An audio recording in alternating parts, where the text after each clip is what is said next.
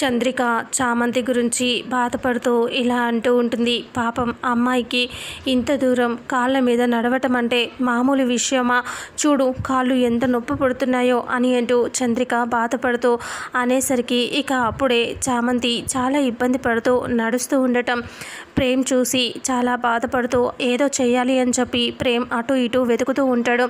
ఆ తర్వాత ఇక్కడ చామంతి వాళ్ళ నాన్న గుడిలో పొర్లు దండాలు పెడుతూ ప్రదక్షిణలు చేస్తూ ఉంటాడు. ఆ తర్వాత ఇంకా తను చాలా బాధపడుతూ ఉంటాడు. రోజా ఏమో కారులో హాయిగా కూర్చొని ఉంటుంది. చామంతి అలా వస్తూ ఉంటుంది. రమాదేవి వెయిట్ చేస్తూ ఉంటుంది.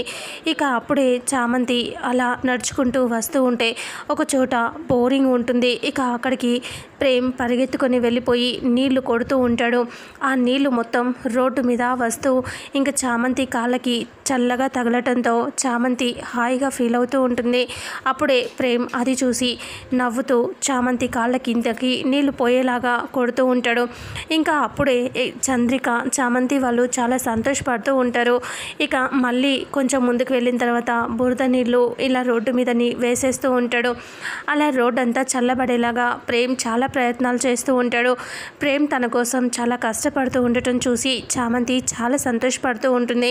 అలా చామంతి నడుచుకుంటూ వచ్చేస్తూ ఉంటుంది. రామాదేవి అయ్యయ్యో నా కోడలు ఎంత కష్టపడుతుందో ఏంటో అని అనుకుంటూ ఉంటే ఇక అప్పుడే కోడలు వచ్చేసింది అనేసరికి రామాదేవి షాకింగ్గా చూస్తూ ఉంటుంది.